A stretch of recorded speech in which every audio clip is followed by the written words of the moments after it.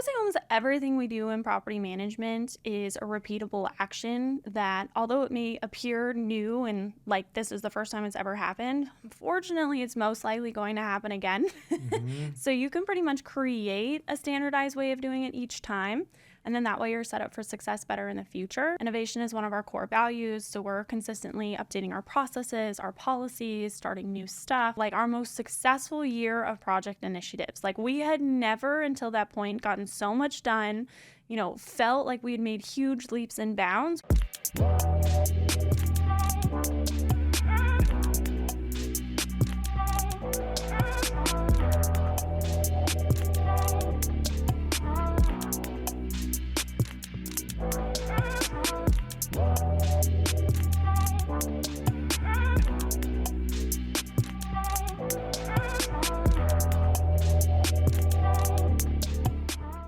Welcome to another episode of the Profitable Property Management Podcast. Today, I am interviewing Taylor Haas. Taylor, thanks for coming on the show. Absolutely. Thanks for having me. Taylor, I'm excited to hear a little bit more about your journey. I know that we've spoken previously on the show. And today, I think I want to talk a little bit about the transition and the growth in your leadership from going from starting as a receptionist to fast forward to today. What is your current role at the company? Current role, I am Director of Operations. So I oversee the entire property management team, as well as some oversight to our business development team. So, and what roles have you done in the interim? What seats have you held? Yeah, so obviously started as answering the phones. I did a lot of filing. Then I moved to a leasing coordinator type role. So I processed applications, I pushed out leases, renewals, that kind of thing. Then I moved into being a business development manager. And then after that, I started taking on more and more responsibilities and then kind of officially got moved to overseeing the whole picture. So your dad started the business, and I think of you as being emblematic of somebody that is really trying to earn the accretion of power in the business as opposed to defaulting to title, nepotism, etc. Yes. What does it mean to you to earn it and to not just get given it or some benefit of your status? Yeah, absolutely. I had to work really hard for the respect of working with my parents. Even for my own family, my dad's brothers would be like, "You took the easy way out." I'm like, "How do you know my dad?" So I had to work really hard. I started at the bottom. I wasn't given any, special privileges or, a cushy role. I really had to kind of grind it out and learn and move up naturally, just like any other employee. And being in a family-run business, there are, the ones where you get all the special treatment and it seems really easy. And then there's the other side where you're working longer and harder than anyone. You take the brunt of everything. Like even now when Miles upset about something, we'll have a really intense meeting about it. He'll get it all off his chest. And I'm like, "Okay, Steph, this is what we're going to do." Versus back in the day, Lyle would get frustrated and rip everyone apart. So we kind of swapped those roles. But no, definitely no nepotism for sure. And anyone on our team would also say that as well. A lot of people that meet us don't think that there is any sort of, special treatment or anything like that day to day. So this is the only property management business you work, correct? In college, I did off-campus student housing. Okay. So I did multifamily for students for 3 years. One of the things that I think about the business that you're in is that it's a really fantastic shop. In fact, I experience it as one of the best shops that I've worked with. I'm not just saying that because we're here. It really stands out to me as an example of growth, profitability, and sustainability. And I'm not going to pretend that I understand everything that's driving that. I'm close enough to see that it's special. I'm far enough to not really understand the guts of it. What is your perspective on why the operation is able to be as successful as it is? I think it has to do with my parents created the business to be a business. It wasn't something that they decided to do on the side. So my dad has always gone into it with, the professional mindset of what's next. So coming into the business, I wasn't coming in to have a job. I was coming in because I wanted to be a future owner of this business and run it. As a kid, I always wanted to be a big shot. I didn't really want to work for anyone, wanted to be the boss, always took leadership roles in that sense. So coming into the business, like the only reason I was going to get involved is if there was still the opportunity for me to have that like big career and growth for me professionally. Where does that come from, that drive? Gosh, probably my parents. My parents always raised me to be super independent, to be confident and do what I want and don't take any, feedback otherwise and just make it happen. So What's an example of that? Was that like explicitly articulated and verbalized? oh, yes. My parents absolutely instilled confidence in everything I do, pushing me out of my comfort zone when I was younger. I did a lot of sports when I was younger that was very like individual. I did gymnastics. I did horseback riding. I was on student council. I was all kinds of different things growing up that were like leadership type roles for that. So your identity was aligned with what you're doing now from an early age. Yes. Got it. So in terms of your role currently in overseeing over the business, what keeps you busy day to day? Where is your time going? A lot of my time goes into helping our staff. I do a lot of escalated issues and complaints and coaching. So a lot of that goes into like investigation of what's going on within the team, why something happened, and then building the team up to be able to solve it themselves, or of course getting involved.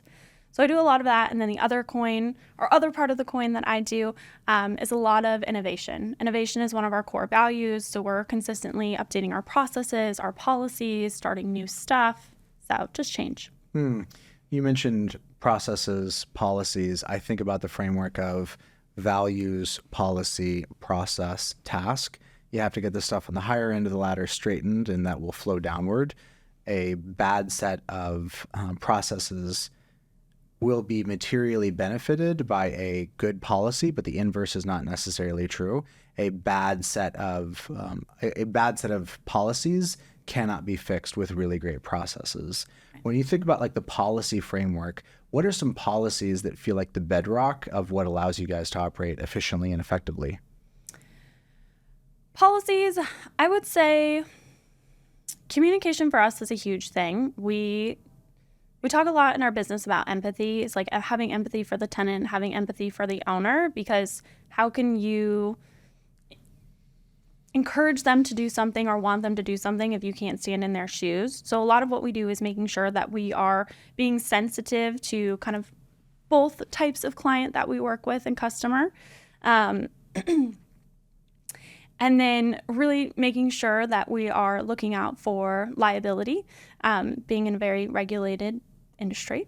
We want to make sure that we are, not breaking any laws, not doing anything that's against fair housing, unethical, things like that. What's an example of a policy decision that you guys have made that may preclude you from certain latitude or certain things that owners want you to do, or working with certain owners, but that appropriately hedges the liability and risk that you're trying to maintain?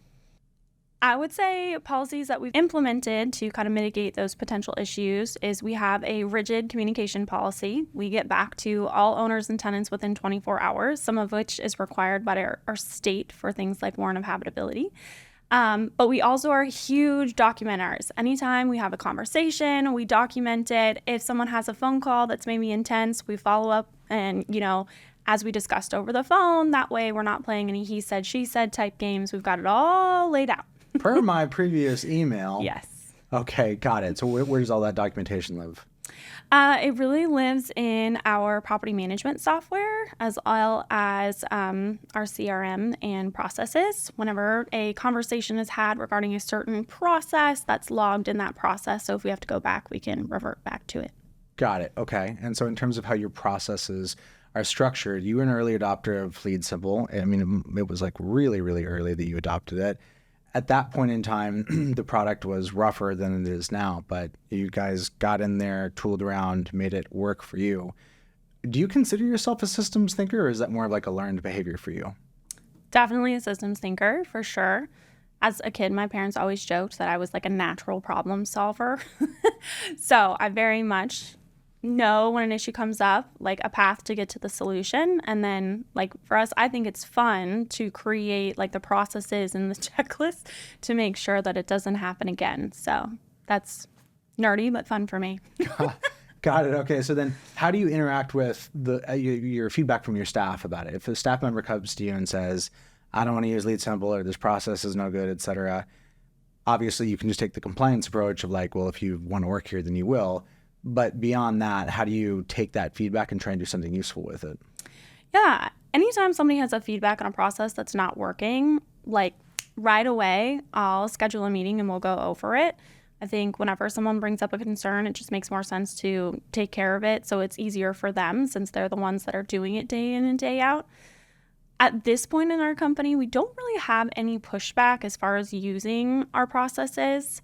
When we early adopted it, for sure, we had a lot of long-term employees that were used to the old way, but we've very much graduated from that part. And with any employee that joins our team, day one, we start doing Lead Simple training videos, and it's just a way of life. So there's no other option.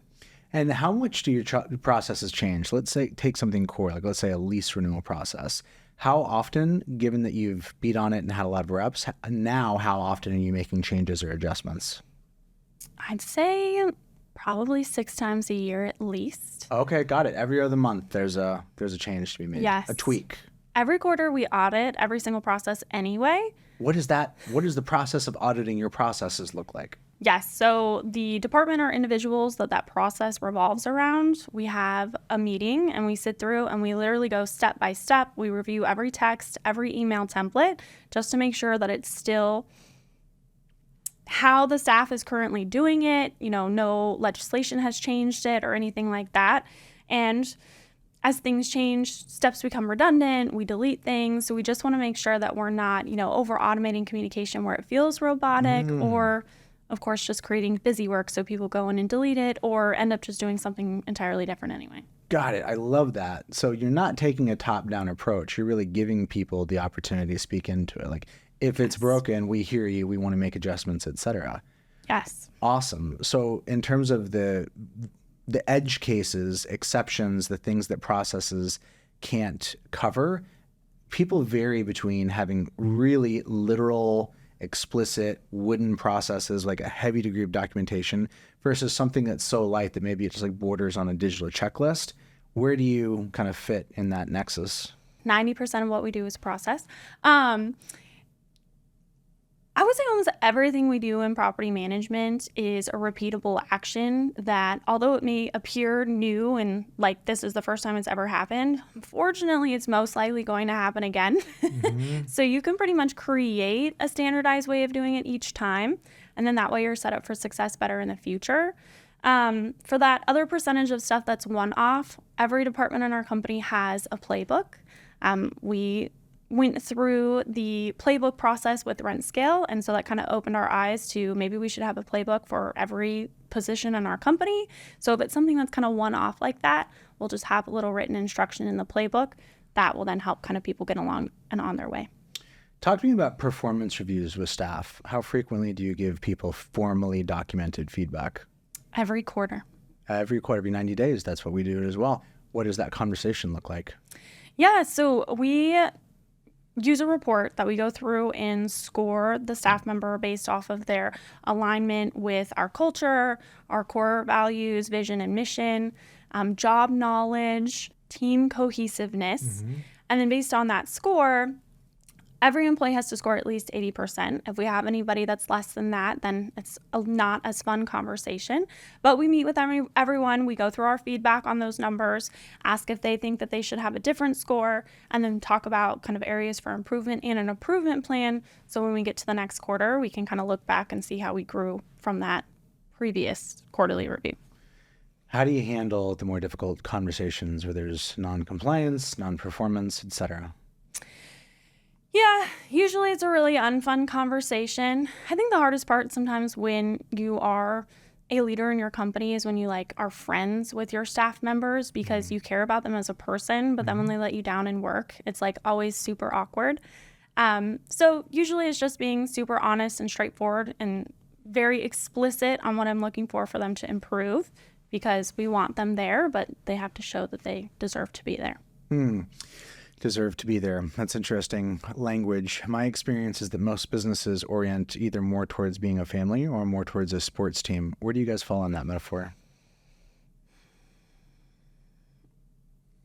I would probably say more of a family. We talk about all day long about how we are a big family. We care about each other.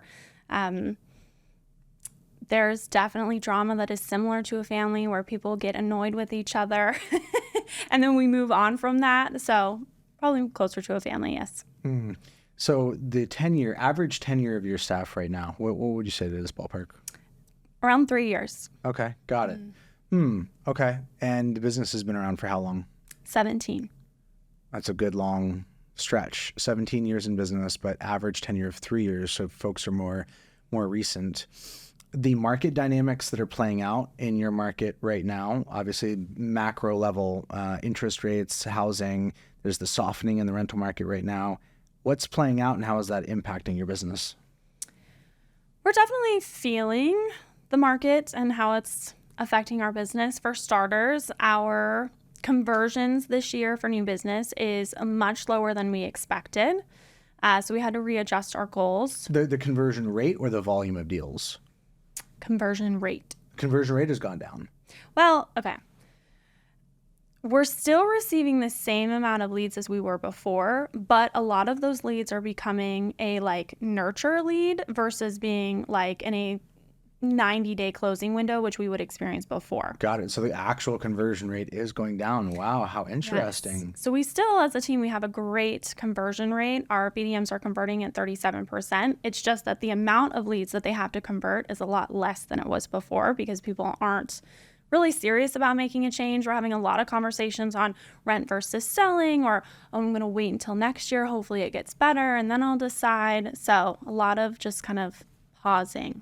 Okay, got it. And then what about on the churn dynamics and what's driving that?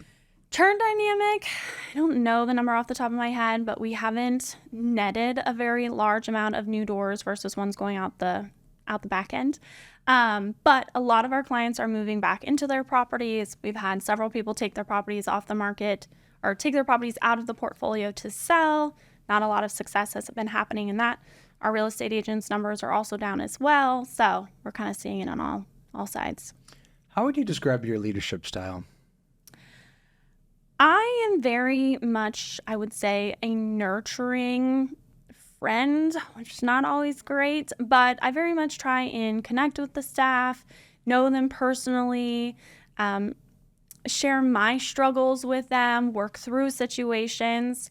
I'm not I'm going to tell you what to do and this is what you need to do. I'll essentially present 3 options and then you can kind of tell me what you think is best. And usually people enjoy that because they feel like they're involved in the solutions versus being micromanaged and things like that. That nurturing dynamic, I think about the connection that I have with my staff and it gives me a lot of joy, a lot of meaning, a lot of purpose. And I find that it's a prerequisite for the best, highest levels of performance, i.e. when I go to a transactional place with folks, it's not great. They pick it up. They know it's dollar in, dollar out, dog eat dog. And when I come from that relational place of care, not only does it feel better, but the performance goes up. So even though it can cost me something personally to get close to someone, to have performance shift and then to have an adverse outcome, I find that that's the price that I'm willing to pay in order to get the level of connection and meaning that I want out of business. I'm curious for you, if you think about what you're getting out of business that is non-monetary in nature, what comes to mind? I would definitely say the relationships and personal growth. With the relationships, I mean, although our average employees, they're 3 years, we have people that have been there over 5. And those are people that, gosh, I knew them when they were 17 years old, when they started showing properties for us, and now they're married. So that kind of is fun to see them grow. That really, brings me joy to watch this person that I've seen grow up and become who they are. And I think everybody says that people don't quit jobs, they quit managers. And I never want someone to quit a job because of me. Like, I want to know that I gave them everything they could have to be successful. I've coached girls high school volleyball for the last 10 years. And so sports for me is very big, which is funny because your question was family versus sports earlier. But sports is huge. Everything that they coach us on and tell us on as coaches is you never want to be a player's last coach. So I take that kind of mentality of like inspiring of what I do with kids to my staff, because it's very similar. You're kind of encouraging them to be their best self and drive the team forward and things like that. No, the flip side of that of care is performance. How do you keep people focused on performance and making sure that they're really like invested in the outcome? Yeah, I think it's really just, it's part of our culture. And by doing that, of keeping people towards the same direction and having care, is just that it is from top down of having care. You know, Lyle and Paula care very much. I care very much. We always instill if somebody makes a mistake of like learning about that and why that was bad, not just like, if you do that again, you're going to be fired. And then empathy, kind of like I touched on earlier, empathy is one of our core values. So we very much want to make sure that people are there because they care about what we do and they have this career, not just a job where they clock in at 9 and out at 5 and call it a day, but are very much there for like the success of the whole thing. Pulling in the same direction. What are your aspirations for the business? You're young, you have a lot of years ahead of you for a career here. What are your hopes and dreams in terms of what you hope to see play out? Yeah, so I definitely want to own the business one day and take over fully from my mom and dad. My mom is definitely farther out the door than my dad is. The business is, of course, his baby, and he's holding on very tight. So, you know, if it was me, I'd say like 2 years, but according to Lyle, it's like 10. Just in case you're listening, Lyle. Yeah. So somewhere between those two time frames, that would be the goal. But Yeah, got it. Okay. So you take over. I mean, that seems like an inevitability from where I sit. You're competent, you're sharp, the operation's going well, and just the simple passage of time, it will happen eventually. And Right. and then what? From that point on, obviously, I assume you don't want to change everything all at once, but what might it look like and what has it looked like to have your own unique thumbprint on the business? I'm very lucky in that pretty much anything I want to do, we just do it. So I'd say I already am in a position where my thumbprint is very much imprinted on every process, you know, company culture, staff members, and things like that. I'd say I think continuing to grow is definitely in the future for sure. As far as door counts, you know, we're considerably large right now, and with every next level of growth, you know, new challenges arise. And so I'm not quite sure what is the ultimate end number, but staying a considerable size and successful at that. And it's also a great industry, and I've had so many friends and stuff here, so I definitely want to stay involved and things like that. What do you make up about how big one company could get in your market? Like how big I think one could get? Yeah, like are you who's the biggest company? Are you guys the largest company in your market, or do you know offhand? No, I think Key Renter is definitely bigger than us. And then we have a few of the franchises in our market, so their specific company isn't the biggest one out of all of the franchisees, but I would say most likely, I think Brandon is the biggest one. And how big do you think one company could get in the Denver metro market? Oh gosh. I mean, it's just made up, but what's your gut sense? Yes, I would say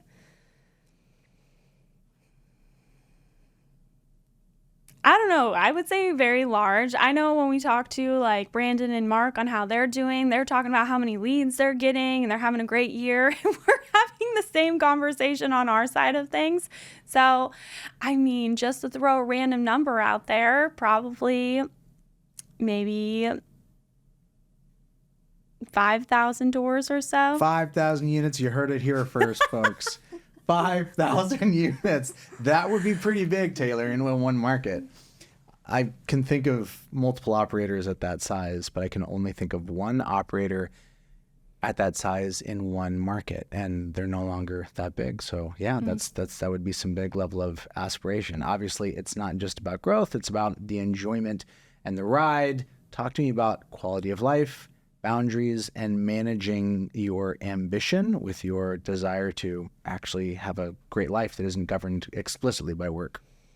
Yes, I would say work-life balance is huge for me. Growing up in the business, I saw a lot of the toll that it took on our family, and my parents always remind me, which I even forget about now, but that they were saying that I hate your business. I never want to do that. Stuff like that. Because you viewed it as like the thing that was Yes. responsible for Taking them away. Yes, exactly. So I think for me, I definitely want to make sure that, my kids hopefully don't have that same opinion of how busy I am.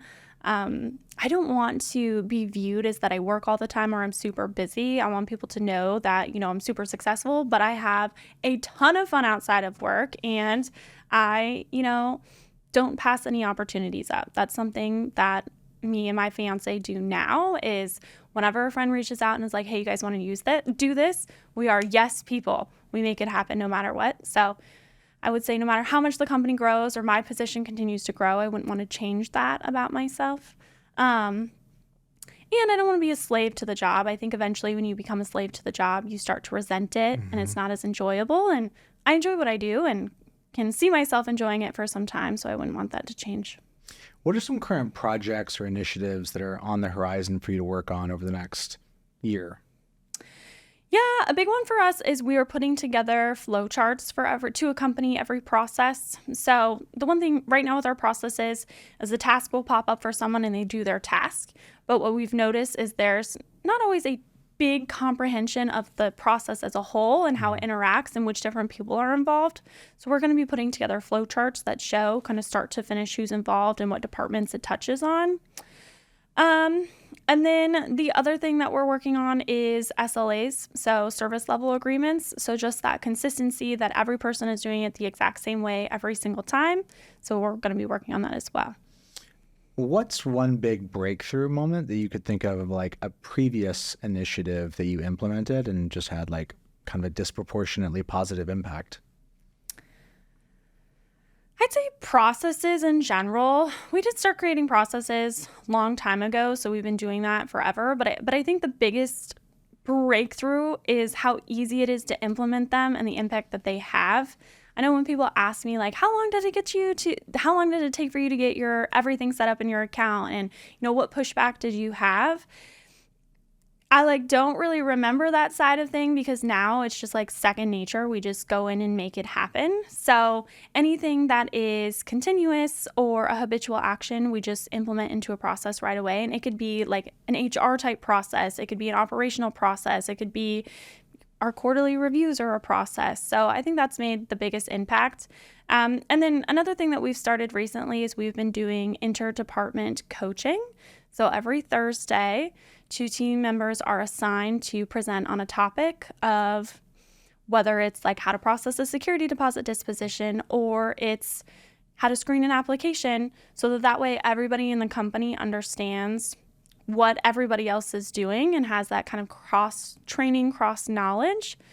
As we've grown, we've noticed that as we've broken things out more and more by department is that people don't communicate with other departments very well, and it becomes almost too siloed into somebody only understanding their vision or their portion of the puzzle. So we're trying very much to increase that kind of cross-knowledge and comprehension as a whole.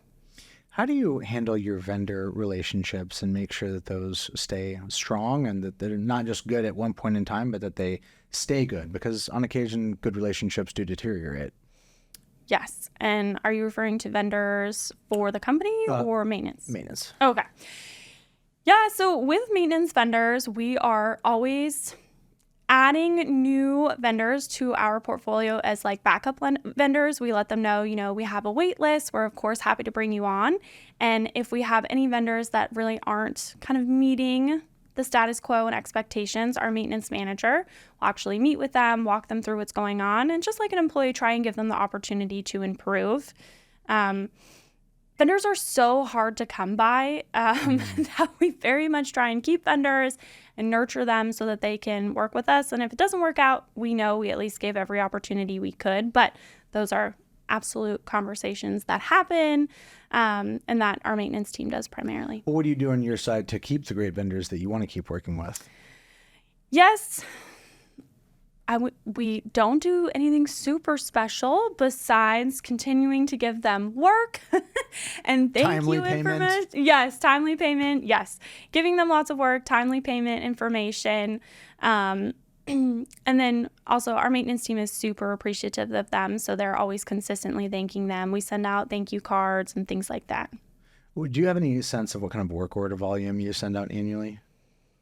Oh, gosh. I'm putting you on the spot here. I think last year we had around 1,100 work orders. Oh, okay. And what do you think the average dollar value per work order was? A couple $100? Probably at least, yeah, maybe around 300. Are you guys doing maintenance markup? We are not, no. Over the last 17 years, did you guys ever dabble with fully bringing maintenance in-house and having techs and trucks and the whole thing? Yes. In 2015, Lyle created a business called Make Ready Property Services. We had one employee, and it just became almost too much. It was a lot of coordination and at the time, Lyle was coordinating it with this individual all on his own. So it became a lot. There were certain times where he didn't have enough to do. So then we were like trying to create stuff for him to do. So it just didn't really work for us. It was not our specialty. It's not the first time that I've heard that. Yeah. I mean, it seems really lucrative and excited. You just said 1,100 work orders. It's a large amount of money, which makes it an attractive target. But the logistics of it are obviously different than day-to-day PM. Working with your dad, I want to hear a little bit more about that. He's driven. I mean, I know Lyle. I've had a lot of conversations. I see him as being very intrinsically motivated. He's just like, he's really into making sure that he's improving and growing, and the business is staying vigilant is the word that comes to mind. I experience him like vigilant, like he's very attentive to detail. And I can relate to that in the sense that I don't want to micromanage. What I actually want is to exhale. But in many cases, for me, the ability to feel comfortable exhaling is a function of having confidence. And that confidence comes from ongoing oversight that results in check, check, check.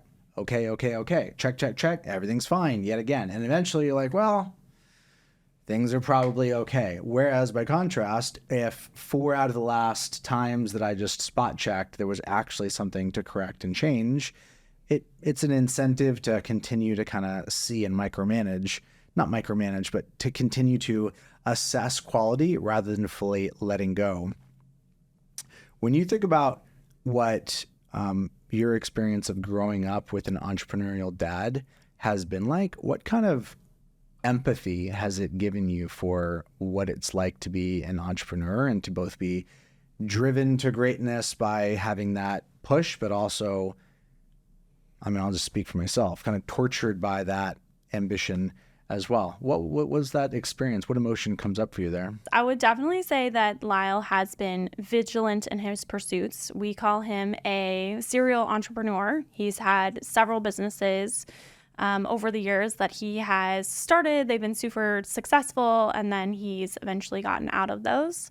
I think with growing up with an entrepreneur, the term that comes to mind is never enough. Like Lyle is always consistently thinking about like, what's next? Okay, I just had this great idea. I don't want anybody else to have this idea. So like, let's make this happen. So I think that's a big one for sure. I also think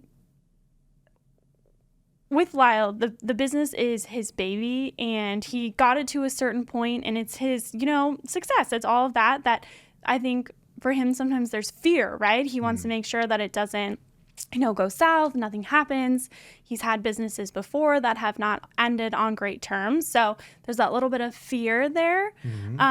But I would definitely say never enough. He is always thinking of new ideas. We expanded into a new market, and he just comes up with this, and we implement it, and we make it happen, and he'll come up with other ideas that we'll either shoot down or talk to him about next steps. And what kind of pressure do you feel from the expectations that flow out of that? I look at this business and I say, this is a highly sellable business. This is a business that a number of acquirers would love to snatch up and roll into their portfolio. And that's obviously not what's happening, and that's not the plan. Does that create some pressure for you to feel like that you really want to kill it and make sure that you're actually showing and demonstrating that this business is being led to its highest and best use? I think for me, exhausting sometimes. Yeah, tell me more.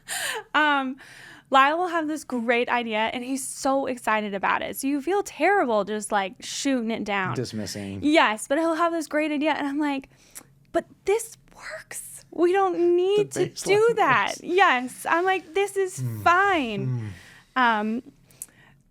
So sometimes exhausting, yes, for sure. I experience it as being exhausting to have the ideas.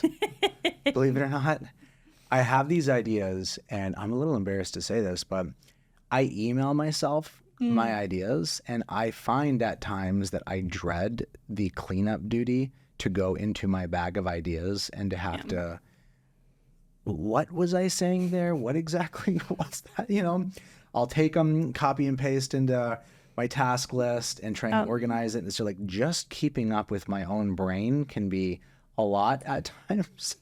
And for me, it's harder to get quiet. It's hard to be silent. It's hard not to stay constantly stimulated, which means that it's easy for me to conflate activity and stimulation with progress.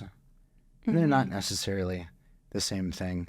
If anything, I find like some safety and some comfort in just like staying on the, you know, I'm thinking a stationary bike, like the stationary bike of just like manically running through my own thought cycles, etc. It's hard to turn it off, and there's so much gift in it, but there's also some heaviness as well. And I think that's what it is to be human. Oh, yes. I would agree with that. I think Lyle is always thinking, always questioning. He definitely has a lot harder time of shutting off like the work brain than I do. So he'll, you know, bring something up and I'm like, whoa, whoa, whoa. We're not talking about it. You got to save that for another time. Do you have to like, how does that work in terms of like saying like, hey, this is family dynamic versus work? Do you, are there any like code words? How exactly do you, I could totally see that would be hard to turn off. And I think about that. I have 3 little girls. I would be so excited if any of them wanted to be an entrepreneur. I do not want to put the pressure on them that this is what you have to do, or if you really wanted dad to love you the most, you would be a really successful business person. That's complete bullshit. I don't want to be doing that. But boy, if one of them did, you know, that'd be pretty exciting. And I would imagine that actually would be hard to like kind of have the boundaries of like, it's Christmas Day, so it would not be appropriate to have an hour-long conversation about work while one of the grandkids is opening up presents. I'm having like a little window into the tension there. But yeah, I mean, it's palpable in my own imaginary thought processes 20 years from now. So I can only imagine it's like there. How do you navigate that? Yes. Luckily, Lyle never pushed any business onto me. It was all self-discovery. Yes, I decided. So even when I went to college initially, I went into the School of Arts and Sciences. Arts and Sciences, one more time? Arts and Sciences. Oh, I thought you said Arts and Sciences. Arts and Sciences. Okay. Yes. What did you do at the University of Arts and Sciences? Literally was there. My dad was like, you're going to college. No clue what I want to study. So I was just in school, you know, doing all the prerequisites. Was that just like life? I'm so curious now. Was that just like life experience or what? It's like, it's a history, doctor, some biology type stuff. It's like the preschooling you do before you go do something else. But Got it. Okay. It's where a lot of kids go when they don't really have a direction. Got it. Okay. They're just kind of figuring it out. Exactly. So I did that for 2 years. And then after the second year, I was like, think you should probably go into the business school because that's just more me, you know? I want to be a badass, Yeah. basically. And my dad was like, yep, I knew that was going to be the case. I'm like, why didn't you say anything? I just spent 2 years doing nothing. And he was like, oh, no, I was not going to push you to do that. That was all going to be self-discovery, you know? So he was good about that. Good for him. I'm sure he wanted it, but good Yes. for him. I'm Yeah. sure it took all he had not to say anything. Not but to overly manage the situation. yes. And then to your question earlier, we do have a code word in our family if business starts to take over. It's pineapple. And so, yes, if it starts to get too heated or you just really don't want to talk about it, pineapple just shuts the whole thing down. Or Lyle will sometimes come up with me something and I'll be like, that's a great conversation to have a meeting about. So, you know, push him along. Yeah, I love that. Your staff situation right now, how many heads do you have stateside in office? Stateside, we have about probably 14. And they're all in office? We're hybrid. So some people will come in if they want to, but otherwise everyone can work from home. We have only like 4 people that come in. Only 4 people. Okay, so what are your convictions about that? And how has that shifted over time? So working from home, loved it. It was great initially, and then I got real bored. I'd like see all my chores I had to do and go stir crazy. So I personally like to go into the office. I think our staff is a lot happier having the flexibility as well because we have a few people that come in consistently. They like the camaraderie in the office and to be there. And then other people, you know, I haven't seen in person for, 3 months or so. But I think for the staff, just the flexibility to do either has been really important. We still do a lot of virtual team events so that our culture doesn't suffer, where people still know each other and are meeting, whether they're stateside or, out of country, of kind of keeping that cohesiveness with the group. Tell me, what do you do for those virtual events? Yeah, so we do coffee chats. We will meet for 15 minutes and there's a segue topics that's been pre-picked. So people will kind of share whatever it relates to. We just recently started doing these events through the company Weave. WEVE. Okay. And so it's trivia. We did a murder mystery party. So they're just kind of these, fun, kind of dorky thing that we go through that's totally different from work, totally different from so tell me what your stucks are this week. It's just separate so that people aren't feeling, smothered. How do you handle the integration of team members that are remote enough to never come into the office, whether that's stateside or global? So we do what's a little bit different is our entire team is on Zoom 40 hours a week. So no matter what, people show up on the Zoom to work. They're a part of the Zoom office that we have going on. So remote team members that are new to the company, they don't essentially work from home, kind of do their thing. We have a weekly meeting and check in. They're just automatically thrown into it. And we very much advertise that in advance through the hiring process. So no one's, caught off guard from being on camera for 40 hours. But it's just what we do and explain the benefits of it. And some people definitely don't like it. But it works for us. Okay. Tell me more. That is fairly opinionated. Yes. I think a lot of people think that it is strange because they couldn't imagine themselves being on camera for 40 hours a week. From an employee standpoint, I think a lot of people think that you're oversight, micromanaging them a bunch. For us, it's really just team camaraderie. We're not looking at you oh, you looked away for 5 minutes, you weren't working. It's so that you can talk, you can chat, you can, ask questions, water cooler chat or whatever it's called, still. But we do have some employees that always in quarterly reviews are hey, do you think we could stop doing that? We're no, but thanks for the suggestion. You're striking a memory for me. I remember being in the office one time doing a site visit with I think it was 4 or 5 other operators. Mm-hmm. Clint was there, some other folks, Steve Welty was there. And Lyle, he carted out a flat screen that was on the Jumbotron? Yeah, the Jumbotron.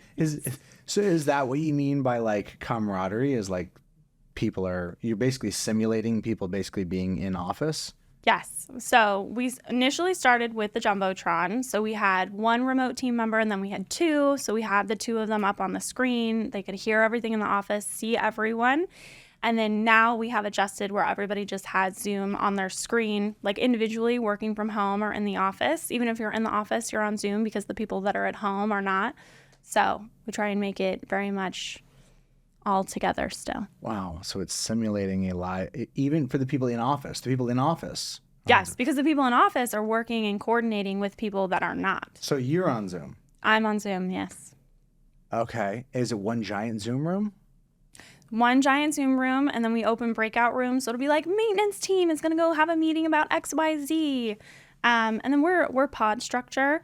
So we'll have 2 days a week. You're just sitting with your pod in a room. So it just kind of helps people, I think, not feel alone. And we're really trying to increase and encourage that like inter-team communication and stuff. Well, it's definitely novel and different.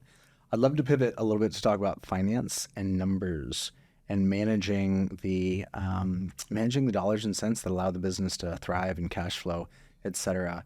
What's your natural orientation towards numbers? Are you numbers inclined and minded? I would say I've had to become a little bit more numbers inclined because that is huge with Lyle, obviously, is the owner. So whenever, something comes up or we're talking, Lyle's like, okay, where are you going to get the money from? I'm like, oh, you mean I have to come up with that too? So a little bit, yes, but I would say that's not my love language. Yes, I'm very much process-based, implementing, more along those lines. What would be an example of something like that, like where if you wanted to get the money and that feedback would come back? A lot of times it comes with hiring people. I will come up with like a position we should have, or team members will say, hey, we really could use some help with this. So I'll present it and it'll be like, oh, so-and-so, we could probably do it for this amount per hour. And Lyle's like, well, you're forgetting the, pseudophytofica. You're forgetting XYZ. I'm like, okay. So then it becomes a whole ordeal. Oh, got it. Okay. So I what I'm making up and I'm hearing, you can correct me where I'm wrong. I think I'm hearing that there's a desire to maintain profits rather than dip into profits every time one of these expenses comes up. And you use that as kind of a forcing function, like the profit will remain constant and therefore there's a need for revenue in order to offset and justify the additional expense. Is that what I'm hearing? Yes, exactly. Got it. Okay. So then what does your oversight and interaction with the numbers look like? Is it like a monthly accounting review? Definitely something that my parents review monthly. My mom does all of our corporate accounting, so she puts together a P&L statement for my dad every single month, and they have a meeting about it. I've only more recently been starting to get involved in those types of meetings, so it is newer for me. We do have like a dashboard with Profit Coach. I've been in the meetings with Profit Coach to review the numbers. We've kind of talked about what we want those numbers to look like and how like my impact will have on that, but it's not as granular where I'm not officially in the meeting with them just yet. Okay, so that's the bleeding edge of integration for you. Yeah, so that's what's next. Lyle always talks about what's next is the numbers. So that'll kind of be my next step on the Is that something you're excited about or intimidated about, or how are you relating to it? No, I would say excited about. Obviously I know what like our revenue per door is and things like that, and some of the software that we spend money on. So I kind of get how it all comes together. But no, I'm definitely excited to see where that all goes and room for growth and just to get a little bit more involved. My least favorite subjects in school were finance and accounting. So that's part of the gig, right? It's challenging, but yes. It's absolutely part of the gig. So numbers on the operational side, what are the KPIs that you're most closely paying attention to operationally? Yeah, so we're looking at days on market. We're looking at, number of showings, number of applications in our leasing department. In maintenance, we're looking at work orders open past 8 days, work orders open past 15 days, seasonal versus just regular tenant submitted work orders. We're looking at vacancy rate and time to turn. On an accounting side of things, we're looking at delinquency. We're looking at postings, and our state postings have changed a lot for non-payment of rent or noncompliance. So we track how long those are open and sitting for. And then from utilities, we're tracking, how many bills that our company is having to pay, vacancy for utility bills, and of course, tenant delinquencies when it comes to utility bills. Are you guys an EOS shop? Yes. How long have you been on that? Gosh, I would say successfully 3 years. Okay. So the numbers that you just listed out, those are being reviewed in your weekly L10 scorecard? Yes. Okay. And who is on the leadership team? Yes. So we have the department head of marketing, maintenance, leasing, accounting. Then we have Lyle, Paul, and I. And then we have department head of our real estate team. There's 9 of us. 9 of us on the leadership team, and those folks are meeting weekly as well as meeting quarterly. Yes. Okay. So in your mind, what makes for a great L10 meeting versus a weak L10 meeting? I think energy. If we go into the meeting, kind of being like, oh, we're meeting, not excited about it, like the whole energy is affected by the group. I would say another thing that really affects our meeting success rate is squirreling. We have like 3 people on our leadership team that are big squirrelers, and we have, 3 people that like hate the squirreling. But yeah, no energy and to the point. And I think a big portion of that as well is when we get to our like issues and opportunities section, that like solving, that collaborating. We always feel like we have a good, successful meeting when we get a bunch of those knocked off. Everybody had a chance to, input on them. And what about the actual running of the meetings? Have you guys worked with a professional on the outside previously or at any point in time? We did, yes. We've been running it ourselves for the last 18 months. And so at first we would trade off where like every member of the team would facilitate a meeting, which wasn't bad. It just wasn't as high level hitting because not everybody is, has that key skill to facilitate. Yes.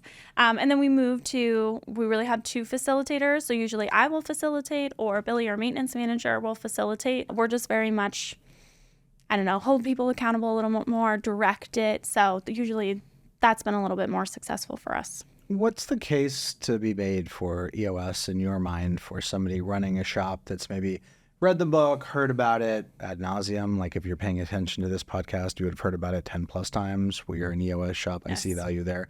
For you, how would you describe the value for the uninitiated? Yeah, I think EOS made a huge difference for us. It really forced us to outline our like mission, vision, our goals for the company, because Lyle and Paula have always had goals, but it's been very internalized where not everyone knew what the goals of the company were. So it really helped us kind of move forward. Also with that, we had to get down and outline everybody's job position on our organizational chart, which helped provide clarity for our staff. And then with that, we got the first year that we were on EOS with an official implementer was like our most successful year of project initiatives. Like we had never until that point gotten so much done, felt like we had made huge leaps and bounds without EOS. Otherwise, you would assign a project to someone, it'd take a whole year. With EOS, we were doing projects within 3 months at a time. You could feel the velocity almost immediately speed up? Absolutely. Got it. Okay. So when you're in those meetings day to day, and when you're specifically in your L10 meetings, if you feel like that the vibe is off, how do you get it back on track? Like if you're observing that it's not quite going right, how do you in the moment course correct? It's usually bringing attention to it and hopefully it course corrects. Lyle will also be like, I don't think we're all prepared. Let's go ahead and end and we'll regroup next week. So sometimes if they're really not on point, we'll just break. But yeah, bringing attention to it, or people will very honestly rate the meeting at the end. And so we have a rule, if you rate less than an 8.5, you have to share why. So kind of holds people accountable in that sense too. Less than 8.5. That's got to be like... to me, anything above an 8.5 is a really good meeting. Yeah, so you must like regularly get candid feedback, presumably then. Yes. Our staff is, a lot of us on the leadership team have been there at a minimum like 5 years. So we are very familiar with each other. So it's been easy to be like, yes, super honest with the feedback on the meeting and those ratings, because everybody is very high level and wants to get the most out of it. If you could wave a magic wand and change one thing about property management, what would it be? I think the intense legislation and regulation. Obviously, our industry is regulated. It's super important. We're providing housing, and I get all of that. I think where my problem comes from is regulating like the success of the property management company in terms of profit. Like we're talking junk fees. We have fees now, or limits now on fees that we can charge in our states regarding pet fees, regarding third-party markup fees, resident benefits package fees. So it creates a sense of fear of how are we going to be successful as everything continues to get cut and cut and cut from us, and then also of what's next. So I think if I could change, I would adjust that. I don't think there's any other industry that tells you how much money you're allowed to make. And if you make any money, you have to disclose every single dollar of it. You know, if I asked 100 people that question, that would probably be pretty high on the list, is changing the regulatory environment. Yes. Makes sense. Taylor, I'm really excited for what you're doing, what you're building, and I appreciate you sharing your journey and just being candid with where you're at. Thanks for coming on. Absolutely. Thanks for having me. Until next time. That's it for this episode. Hope you enjoyed it. You can check out other episodes along the way. If you're watching this on YouTube, appreciate a subscribe. Any comments, I'm always here to engage. If you're listening on an audio platform, would really appreciate a review. It's a great way to help other people find out about the show.